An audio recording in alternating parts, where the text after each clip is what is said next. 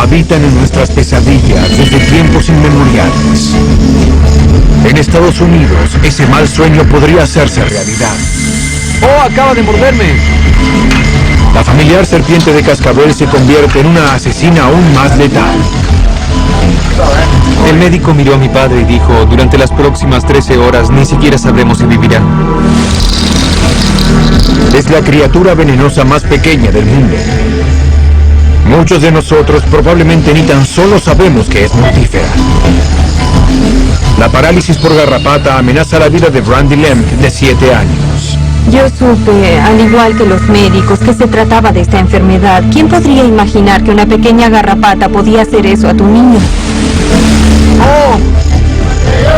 Según antiguas creencias, estos animales poseen el poder de curar tanto como de dañar. Recién ahora comenzamos a comprender ese saber. Matt Wagner utiliza el veneno de abeja para aliviar el dolor, no provocarlo.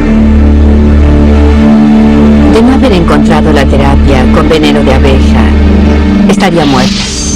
Si pudiéramos superar nuestros temores, estas criaturas serían nuestras aliadas, no nuestra peor pesadilla. Aguijones, colmillos y espinas. Hoy, serpiente cascabel, abeja, garrapata.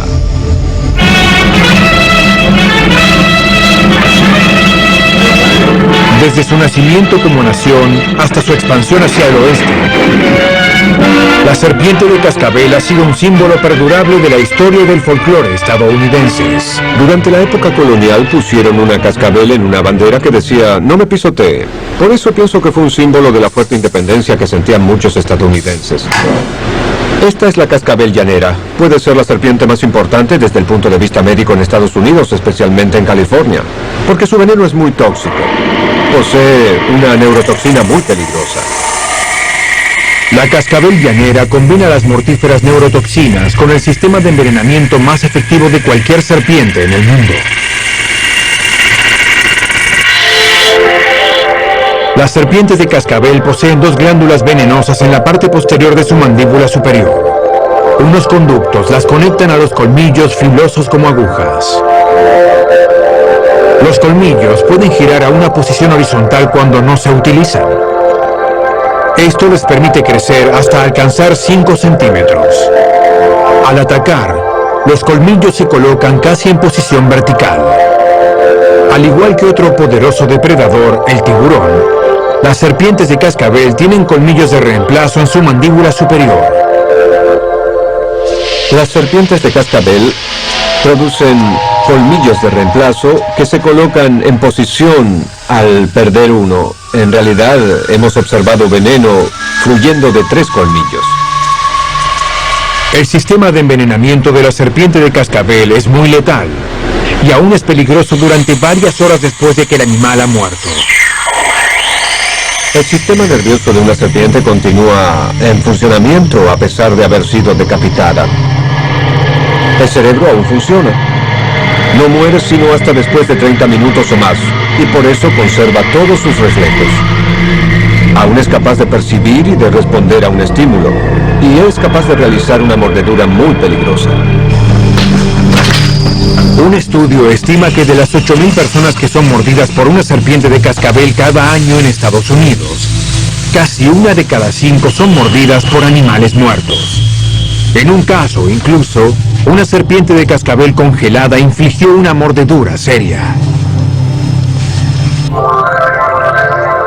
El veneno de la serpiente de cascabel es un brebaje rico en sustancias activas, diseñadas para inmovilizar y predigerir a la presa. La mordedura es dolorosa de inmediato. Luego, las toxinas de la serpiente de cascabel que atacan a la sangre comienzan a trabajar. En cuestión de horas, la mordedura se inflama con sangre y tejido muerto. Los síntomas que ponen en peligro la vida incluyen fluctuaciones en la presión sanguínea, hemorragias internas e insuficiencia renal. La cascabel llanera agrega neurotoxinas a esta mezcla.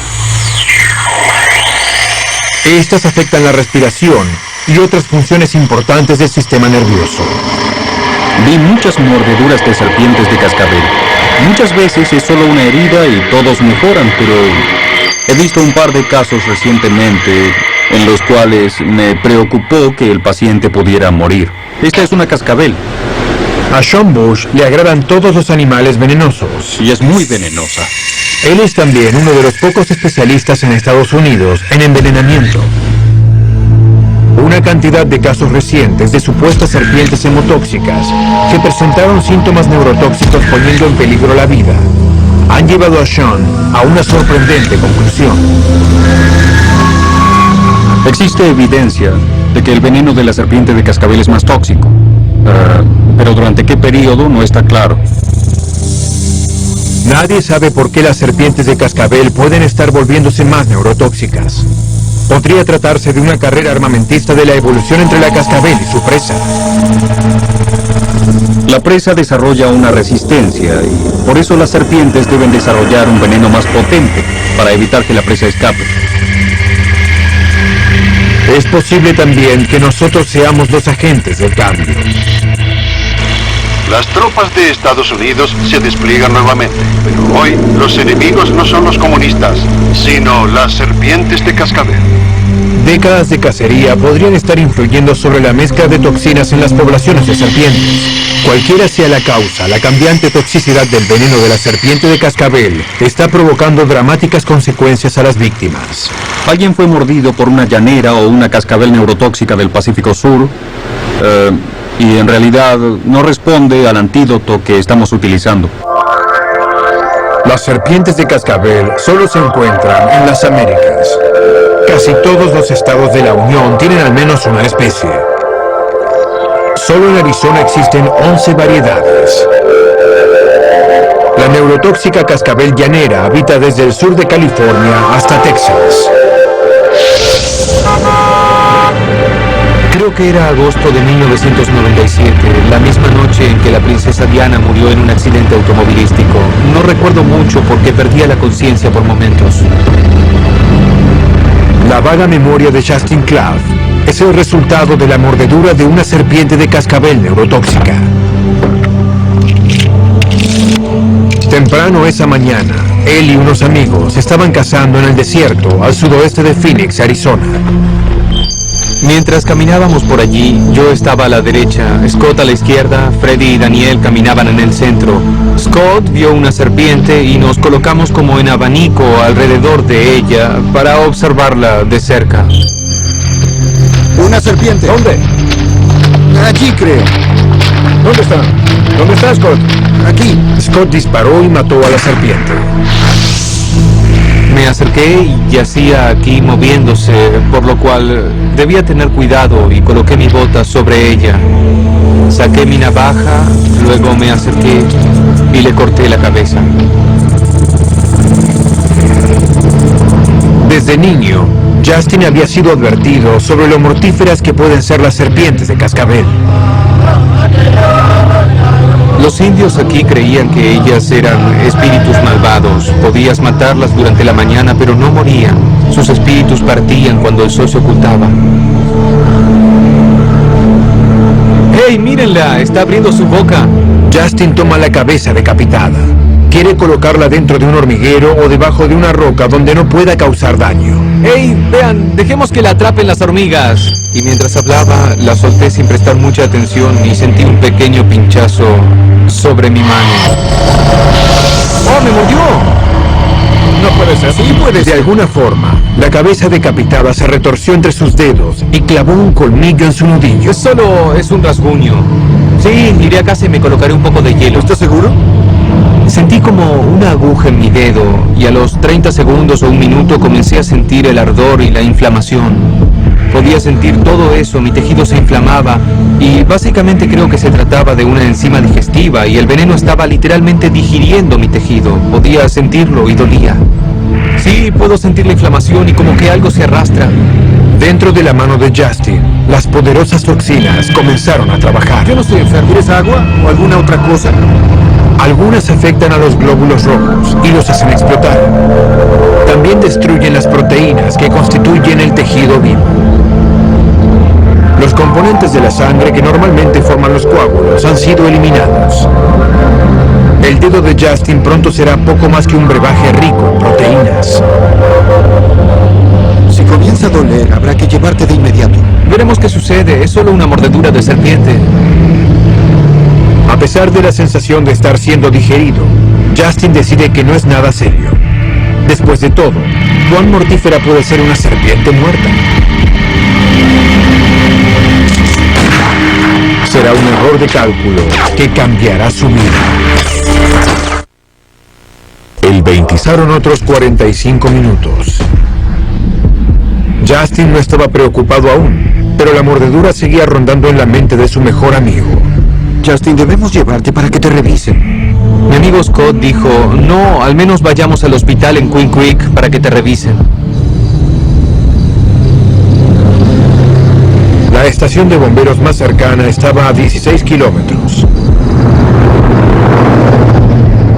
La patrulla de bomberos estaba atendiendo otra emergencia. Afortunadamente, un alguacil fuera de servicio estaba cerca. Estábamos cazando en el desierto con unos amigos míos y encontramos una cascabel. Él transmite la emergencia por radio. Permítame llamar al departamento de bomberos.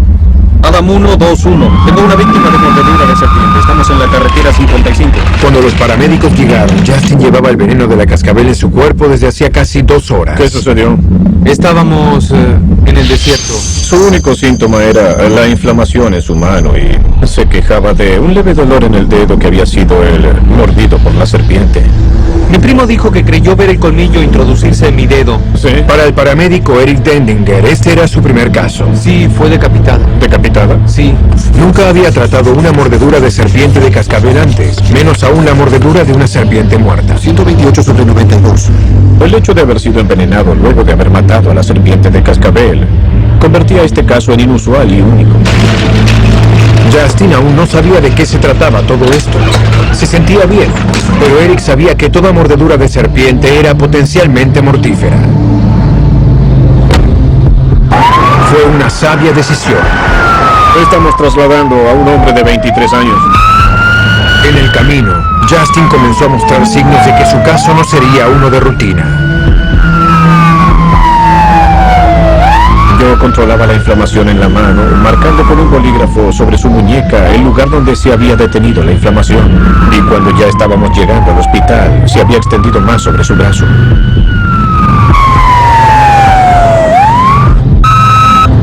Justin comenzaba a entrar en estado de inconsciencia.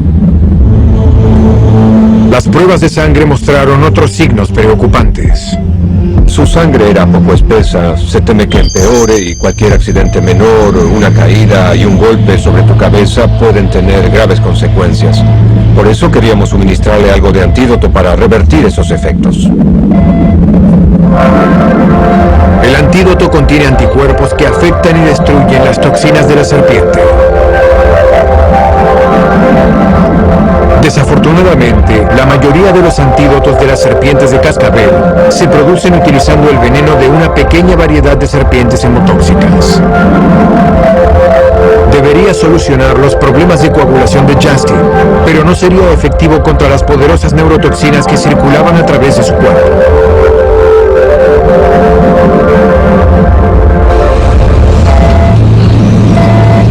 Mis padres entraron por la puerta y estaban hablando con el médico en el rincón. Decían, ¿cómo está? ¿Cree que podremos llevarlo a casa esta noche o mañana? Y el médico volteó y miró a mi padre y dijo, durante las próximas 13 o 14 horas ni siquiera sabemos si vivirá. El padre de Justin, Val Claff, conoce el veneno de la serpiente de cascabel. Ha sido mordido 2 veces. Pero el caso de Justin era diferente. La serpiente fue identificada como una cascabel llanera neurotóxica. Sentí realmente una gran preocupación porque allí estaba uno de mis hijos cuya vida estaba en peligro. Durante 12 horas, el doctor Jeffrey Suchard controló en Justin cualquier evolución de los síntomas neurotóxicos. Justin realmente reaccionó bien. Estuvo en el hospital solo un par de días.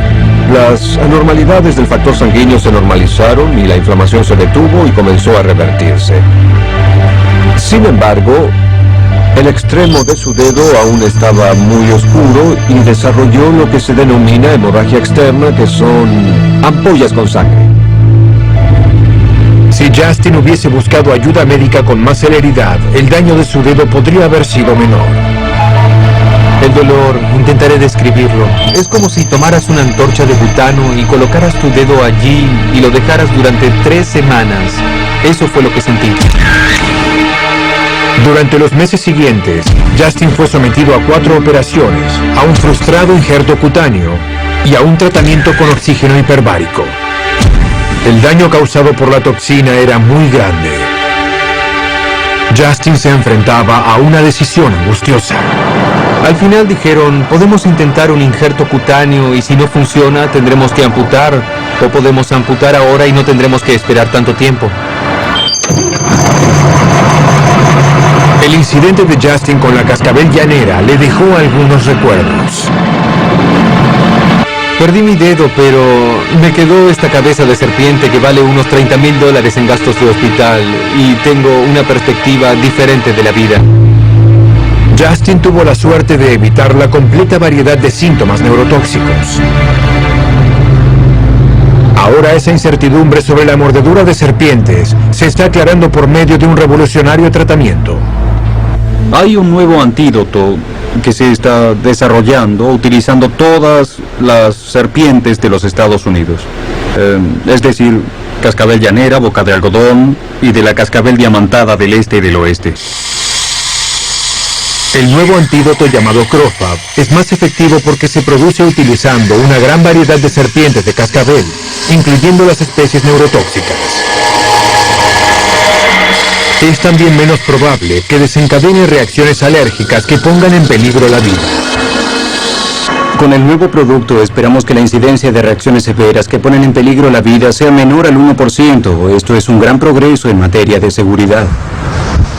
Ken O'Hare participó en las primeras pruebas en humanos. En el pasado, él podía esperar que el 20% de sus pacientes tuvieran una reacción que pusiera en peligro sus vidas. Una ingeniosa obra de bioingeniería ha reducido esas estadísticas. No todas las características moléculas inmunitarias con forma de I en el antídoto nos ayudan. Algunos pacientes reaccionan a las troncales. Estos elementos han sido eliminados en el nuevo antídoto.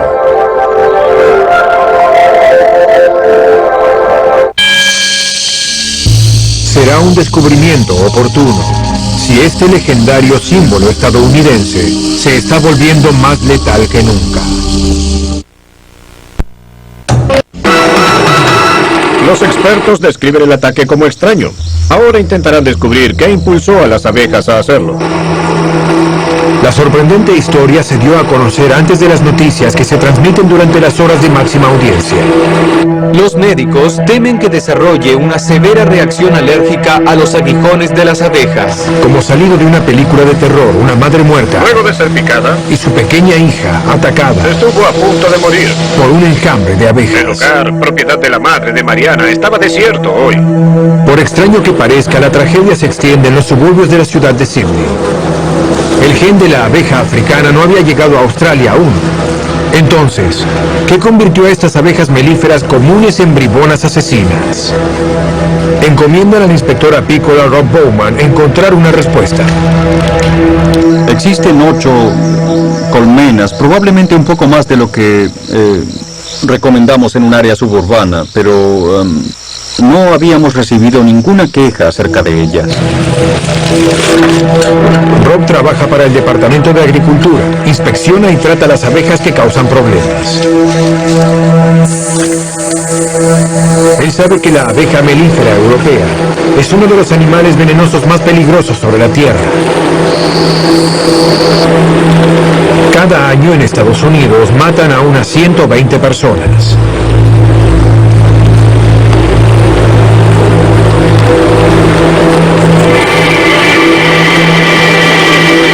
Al igual que sus parientes, las hormigas y las avispas, la misma estructura que permite a la abeja reina dar vida es utilizada por las obreras para matar.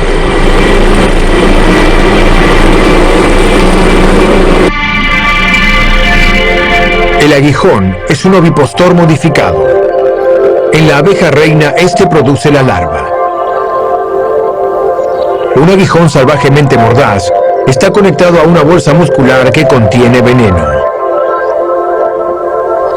El aguijón corta la piel y la bolsa de veneno se contrae rítmicamente, bombeando el veneno dentro de la herida.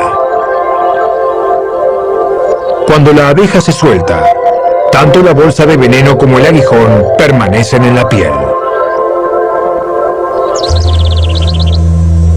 Para morir por los efectos tóxicos del veneno de la abeja se requieren entre 500 y 1000 aguijones.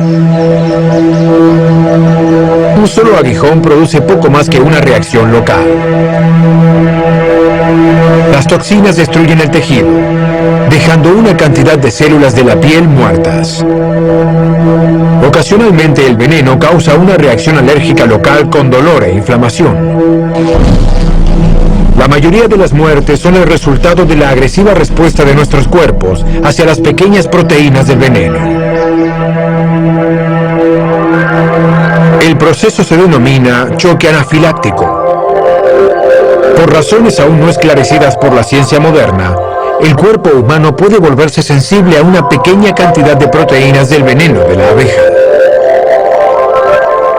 Cuando se llega a un límite crítico, un aguijón puede provocar en sus víctimas una severa reacción alérgica. La urticaria se extiende sobre todo el cuerpo. Los pasos de aire se inflaman, imposibilitando la respiración. Los vasos sanguíneos comienzan a perder sangre, provocando una dramática caída de la presión sanguínea. En algunos casos, los pacientes fallecieron en minutos. Pero la pregunta continúa. ¿Por qué las abejas atacan a los humanos en primer lugar? Existen ciertas cosas que a las abejas no les gusta. Los aromas especiales, los gases diésel, aromas de perfumes. Estos factores las ponen de mal humor. No les gusta el ruido alrededor y tampoco la vibración ni las personas que patean sus colmenas. Las abejas también sienten aversión por todo lo que se asemeja a su enemigo natural, el oso negro. Por eso los apicultores siempre se visten de blanco. Las abejas son muy sensibles a los químicos. Pueden detectar la liberación de adrenalina de una víctima asustada. Todos estos factores se reunieron en el patio trasero de este hogar de Sydney, pero podría suceder fácilmente en cualquier lugar. La abeja melífera se originó en África hace 30 millones de años. Desde allí, se extendió naturalmente hacia el norte de Europa, a la India y a China. Los primeros colonizadores introdujeron en América a las abejas.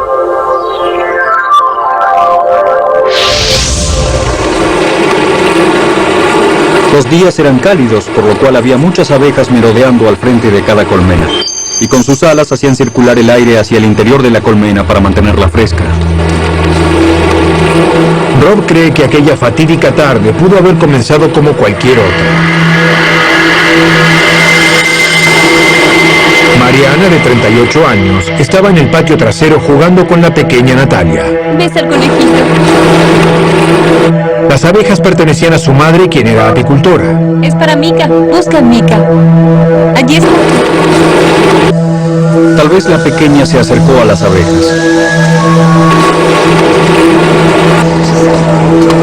Podría haber tomado un puñado de abejas, podría haber tropezado y caído contra el frente de la colmena. Las vibraciones hicieron que la colonia se sintiera atacada. Vamos, cariño. Ellas comienzan a tomar represalias. Es una abeja, cariño.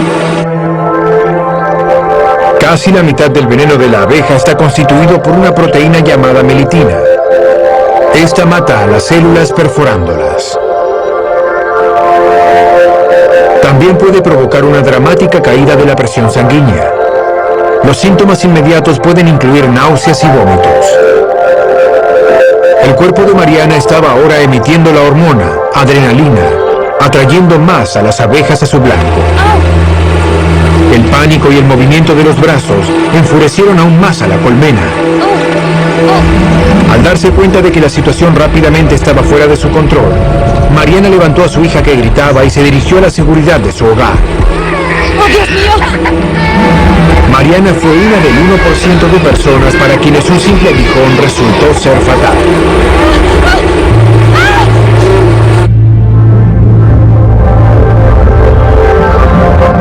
Las picaduras previas habían preparado sus células inmunitarias para una reacción alérgica.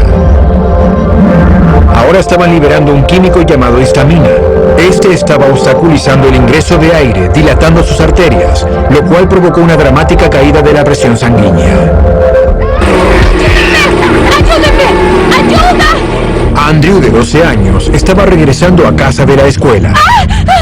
De alguna manera, a pesar del cegador dolor y del terror, Mariana tuvo la lucidez mental para arrojar su teléfono celular. Andrew llamó al servicio de emergencia. ¿Es el 911? Las abejas persiguieron a Mariana hasta su misma casa. Cuando las abejas comienzan a atacar lo que amenaza sus colmenas, por lo general pican esa amenaza hasta alejarla de su colmena. Y lo que sucedió es que la encontraron en el vestíbulo. Creo que fue allí donde se desvaneció. La paramédica Christine Ashman estaba de guardia a pocos minutos de allí. Todo lo que nos dijeron fue básicamente que una persona había sido picada por abejas. Ella no estaba preparada para lo que vería. No nos dimos cuenta cuando salimos del automóvil, lo estacionamos y frente a la dirección que nos habían dado, observamos a la distancia. Vimos un enjambre de abejas. Lucían como un globo en el cielo. La madre o la mujer yacía sobre el suelo y había tenido lo que llamamos un paro cardíaco. Intentamos encontrar el pulso y la respiración, pero no tenía pulso ni respiraba. Y la joven niña gritaba y gateaba a través del vestíbulo. Christine y su compañero comenzaron la reanimación. Mariana había sido picada más de 1000 veces. Era una gran cantidad, pero solo aparecían sobre sus brazos y piernas, que era lo que veíamos, y sobre su rostro tenía pequeños puntos negros en todos los lugares de su piel. El tratamiento normal para un choque anafiláctico es una inyección de adrenalina. Rápidamente revierte los efectos de la histamina. Estuvimos 40 minutos trabajando sobre ella, inyectándole las drogas que necesitaba, realizando reanimación cardiopulmonar y además intentando obtener un resultado. Los esfuerzos de Christine finalmente no tuvieron éxito. Mariana fue declarada muerta a las 5 en punto.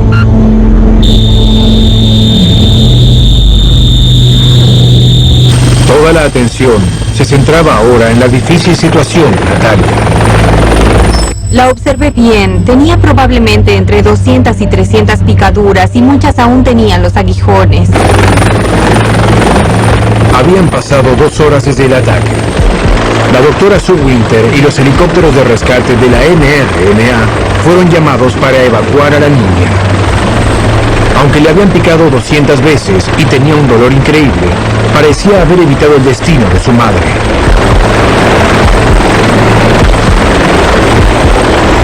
No sabía si había riesgo de que estuviera envenenada. Sabía que cuando ella estuvo en el hospital de niños le quitaron la mayoría de los aguijones y la colocaron en cuidados intensivos durante toda la noche para controlarla. Sue había visto muchos casos extraños, pero este ataque y la recuperación de la niña fueron insólitos. Revisé nuestra base de datos y no creo que hayamos tenido a alguien picado por tantas abejas anteriormente. La pequeña Natalia no sufrió efectos perdurables del veneno de las abejas. Hospital de Niños, Royal Alexandra.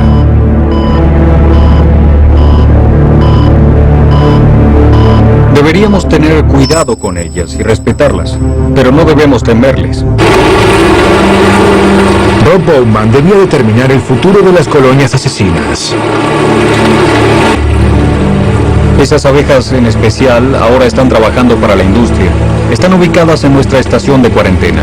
En Australia existe una prohibición sobre la importación de abejas y también sobre las abejas reinas que ingresan al país y necesitamos mantenerlas en colmenas. Esas abejas trabajan mucho. La abeja de la miel también trabaja mucho en el estado de Maryland.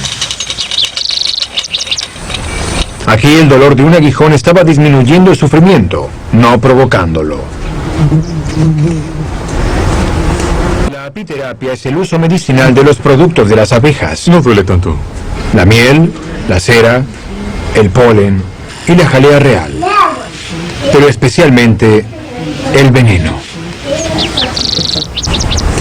Un dolor a corto plazo es un logro a largo plazo. Pat Wagner utiliza los aguijones de abejas para tratar las verrugas, la artritis, incluso las enfermedades cardiovasculares. Bien, tú sabes, yo clavo el aguijón. Si funciona bien, si no, resultan picados a veces. No hay problema. Pat predica con el ejemplo. Hace 10 años se le diagnosticó esclerosis múltiple crónica. De no haber encontrado la terapia de abeja, estaría muerta. Sin duda. Recibí el primer pinchazo el 24 de marzo del 92. Y en 2 semanas fue tal el cambio en mí que mi esposo compró una colmena. Los apiterapeutas creen que los componentes del veneno estimulan el propio sistema de la reparación del cuerpo, poniéndolo en acción. Pat está utilizando el mismo componente que cobró la vida de Mariana. ¡Vamos! ¡Ah! ¡Oh, Dios mío! ¡Ah!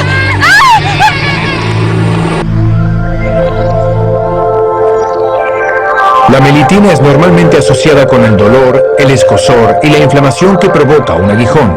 Pat cree que cuando se introduce la melitina en el cuerpo, las glándulas adrenales son estimuladas para producir cortisol, un químico que es parte del proceso de curación del cuerpo.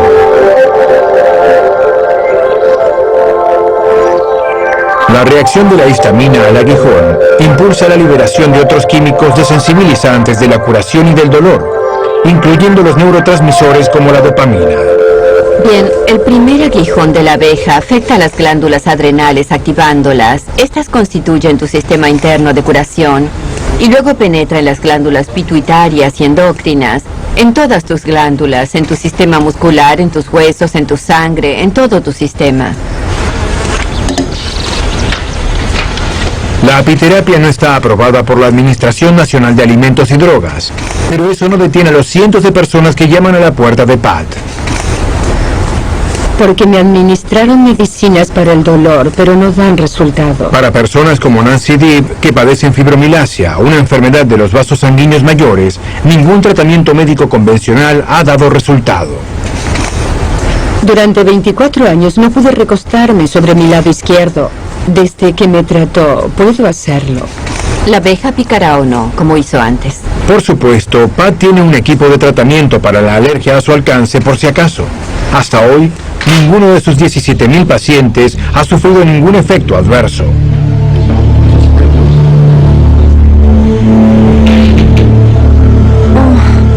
Oh, me picó. El jurado científico puede estar aún fuera del caso de la apiterapia, pero la experiencia personal de Pat y su experiencia con el tratamiento del veneno han dado lugar a una fuerte creencia. La Administración de Alimentos y Drogas no la ha aprobado, pero sí Dios, y es suficiente para mí.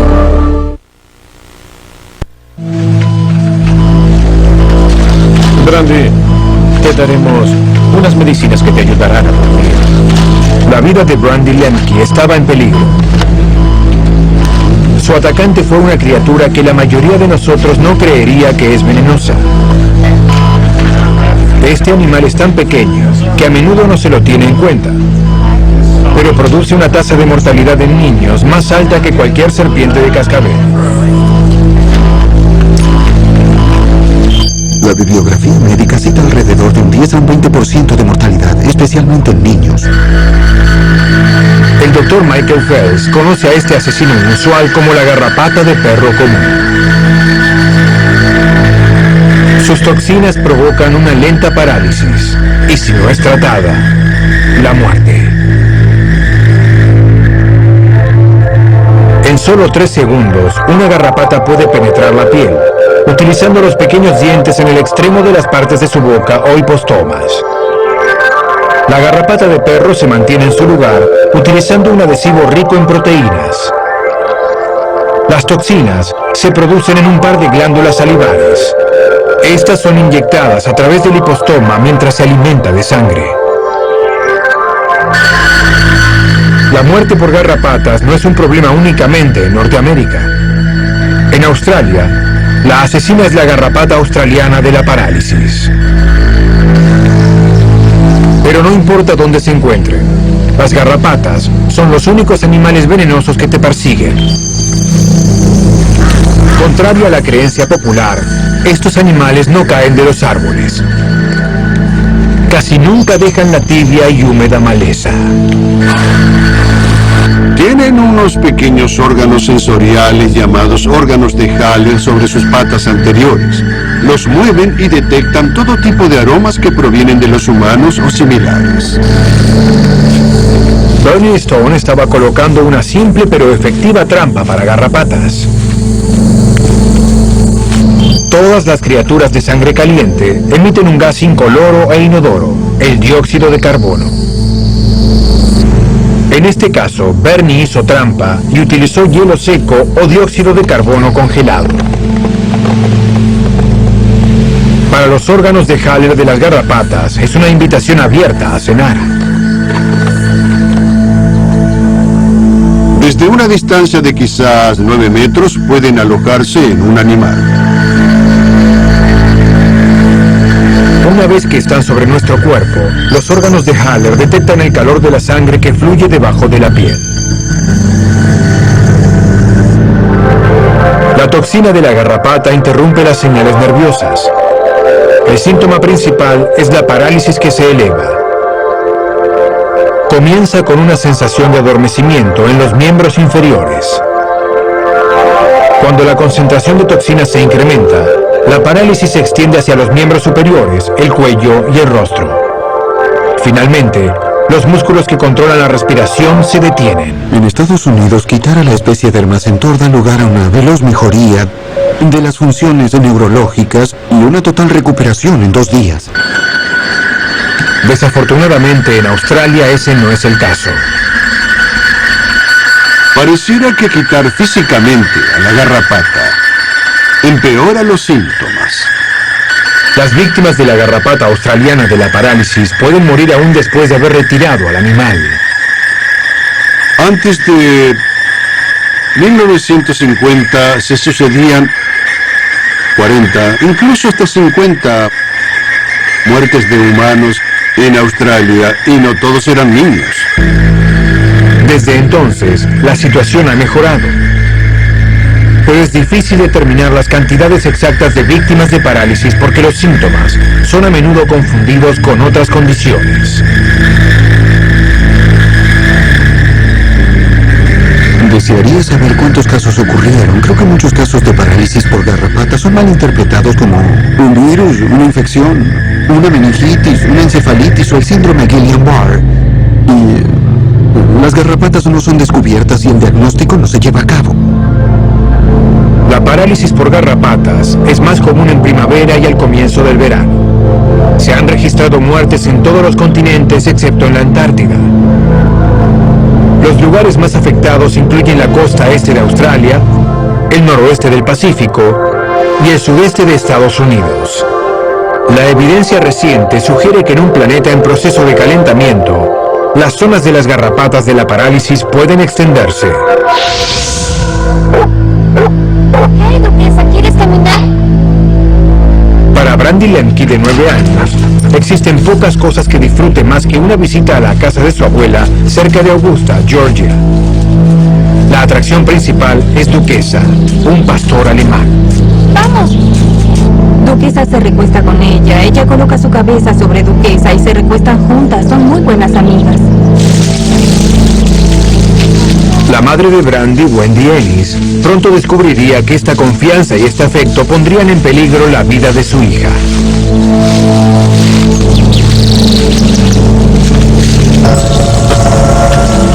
Brandy había pasado la noche en la casa de su abuela. Nadie sabía que tenía una garrapata en su cuerpo. Había estado allí durante más de 24 horas. ella comenzó a sentir una extraña sensación de adormecimiento en sus manos y pies. Estaba aquí, lavando platos. Se acercó y dijo que no sentía sus manos. Abuela, ¿Qué, cariño? siento mis manos adormecidas. ¿De veras? Quizás se deba a la posición en que dormiste. Dentro del cuerpo de Brandy comenzaba a trabajar el veneno de la garrapata. La toxina de la garrapata afecta a los neurotransmisores que normalmente comunican las señales entre sus células nerviosas. También afecta a los canales químicos que controlan la capacidad de sus células nerviosas para actuar. La comunicación entre su cuerpo y su cerebro se estaba deteniendo. Vamos, la abuela te llevará al médico. El descanso no mejoró la condición de Brandy. ¿Podrás caminar? No lo sé. Intentémoslo. Vamos. Ella se tambaleaba. Casi se cae un par de veces mientras intentaba caminar. Ann buscó el número del médico de la familia. Wendy, necesito saber el nombre de pila del Dr. Allen para poder llamarlo. Él sugirió que Brandy fuera directo al hospital. Su situación se había deteriorado dramáticamente. La colocaron en una silla de ruedas y no caminaba bien en ese momento. Y luego todo fue muy rápidamente. Hola, Brandy. Los médicos sospechaban de una garrapata, Te revisaremos para ver cómo están trabajando tus nervios. Sentirás algo extraño. pero no pudieron encontrar nada sobre el cuerpo de Brandy. Las pruebas neurológicas revelaron que los nervios de Brandy no estaban conduciendo las señales adecuadamente. La baja amplitud de las señales nerviosas sugerían un diagnóstico: Oh, muy bien. un extraño desorden llamado síndrome de Guillain-Barré.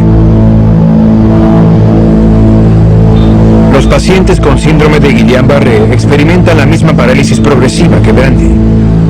El 5% muere, pero eso no es nada. La tasa de mortalidad por la parálisis de garrapata se duplica. Para confirmar el diagnóstico, los médicos realizaron una punción lumbar. El fluido espinal de Brandy debía mostrar niveles anormales de proteínas. Al laboratorio de patología le llevó algunas horas procesar los resultados. A ella le dolía y yo no podía soportarlo. Nunca quieres que tus hijos sufran. Brandy había sido sometida a pruebas neurológicas durante casi 24 horas. Ahora presentaba problemas respiratorios. Los médicos inmediatamente la trasladaron a cuidados intensivos. La unidad estaba enloqueciendo y con muchos otros pacientes con problemas al mismo tiempo. El doctor Jim Fisher estaba de guardia. Nuestra única esperanza para detener la progresión de la insuficiencia respiratoria era realizar urgentemente una plasmaféresis. Brandy, sé que te sientes mal. Vamos a administrarte unas medicinas que te ayudarán a dormir. La plasmaféresis o intercambio de plasma es el tratamiento común para el síndrome Guillain-Barré.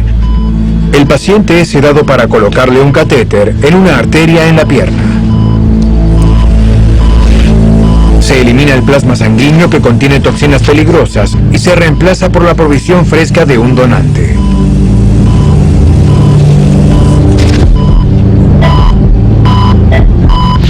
Mientras estaba sedada y nuestro equipo le colocaba el catéter, la doctora Davis dijo: voy a revisar su cabello una vez más. La doctora Carrie Davis Smith aún era residente. En otro hospital, ella había visto un caso de síndrome de Guillain-Barré. Había algo en los síntomas de Brandy que la hacía sospechar. En otros casos que vi, no existía una progresión tan rápida. Además, presentí que debía buscar una garrapata sobre su cuero cabelludo. Utilizando un pequeño peine, la doctora Davis Smith revisó cada centímetro del cuero cabelludo de Brandy. La tarea de buscar a través del grueso cabello de Brandy era ahora más fácil, porque la anestesia mantenía a la niña quieta. ¡Miren! ¡Hay una garrapata! ¿Bromeas? ¡No, miren! Cuando vi la garrapata me alivié, porque sabía que ella mejoraría ya que la garrapata causaba su parálisis. Karen llamó al doctor Michael Fells, un experto en medicina familiar. El Dr. Phelps había estado estudiando la enfermedad provocada por la garrapata durante la última década. Estaba seguro de que se trataba de una dermacentor variabilis hembra sobre el cuero cabelludo de una niña paralizada. La quité. Lo hice. Tomaron la cabeza de la garrapata firmemente con un par de pinzas y la quitaron. Después de detectar la garrapata y de quitarla, a la toxina le resta poca vida, la mitad, y la recuperación es muy rápida. Y esa es otra notable característica de esta toxina, aunque es muy potente. Su periodo de vida es extremadamente corto. La recuperación de Brandy fue sencillamente milagrosa. Lo mejor no fue encontrar la garrapata, sino cuando esa noche a las 3 de la mañana regresamos para revisar a Brandy y se podía ver que revivía. Quiero que levantes los brazos si puedes. 6 horas antes, Brandy estaba inconsciente y a punto de colocársele un respirador. Muy bien, lo estás haciendo muy bien. Fue muy emotivo porque te detienes a pensar que era muy joven y si nadie hubiese encontrado esa garrapata, ella no estaría aquí. Sería insoportable. Un día más tarde, Brandy regresó a casa. Vamos, salta. Su función nerviosa estaba completamente restaurada. Fue la insistencia de la doctora Davis quien decía, puede que no hayamos observado lo suficiente, lo que nos permitió hacer este diagnóstico. Siéntate.